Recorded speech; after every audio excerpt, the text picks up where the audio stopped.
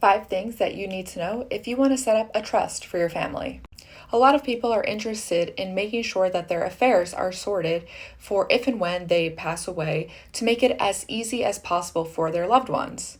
However, a question that I often receive is, how do I get started?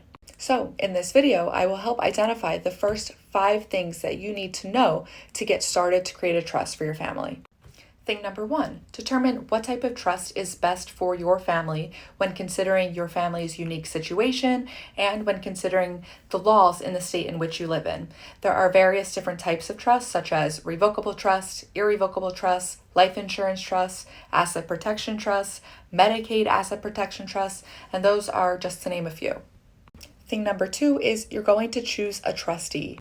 You'll need to select somebody to be in charge of handling the legal and financial affairs for you and your estate other than yourself. This person is going to be somebody who you trust to help manage the assets in your trust and to distribute the assets in your trust in accordance with the terms that you have laid out in your trust. This person can be your spouse, your adult children, it can be a professional fiduciary, or even a bank. Thing number 3, you're going to draft the trust agreement. This is where you're actually going to put pen to paper and memorialize your wishes. A trust is essentially an arrangement between you and the person you select as the trustee, where they are contractually obligated to follow the terms laid out in your trust, where they will manage the assets in the trust and distribute the assets in the trust in accordance with the wishes that you have laid out specifically. This is where you're going to want to work with a trust attorney, somebody who focuses on trust and estates in the state that you live in, and they are actually going to be the ones to draft the estate plan to make sure that your particular wishes are drafted in a way that comply with local laws and federal laws and can provide as many tax savings as possible.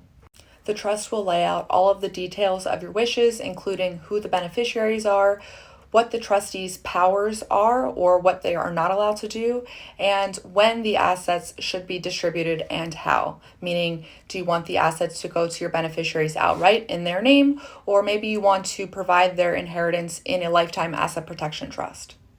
Thing number 4, fund the trust and sign the trust agreement.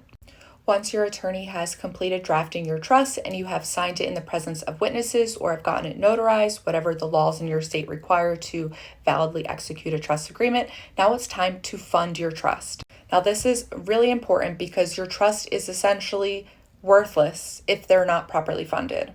So what I mean by fund your trust is you're going to look at all of the assets that you own, and let's say you have real estate, bank accounts, non-retirement investment accounts, business interests, all of these things that are in your name should be retitled into the name of your trust. So for real estate, you're going to prepare a new deed and transfer your ownership interest from your real estate from your name into the name of your trust, and you're going to record that deed with the county in which that particular real estate is located. If you have bank accounts or non-retirement investment accounts, you're going to want to contact your financial institutions and ask them to retitle the ownership of those accounts into the name of your trust. And if you have business interests, you're going to want to assign your business interests into the name of your trust. For retirement accounts, those can stay outside of the trust, and I'll make a separate video on that specifically. And lastly, number 5, communicate with your beneficiaries or hold a family meeting. The main objective when creating a trust as part of your estate plan is to help keep your family out of court and out of conflict. Informing your beneficiaries and your family of the plan that you put together is the best way to avoid any unintended consequences and to prepare them for when the time comes so that everybody can be on the same page and so that we can proactively resolve any anticipated conflicts so that when the time comes, your assets can be distributed as, easy as possible during a time that is incredibly stressful and full of grief. And we don't want to add any extra, unwanted emotions on people's plates.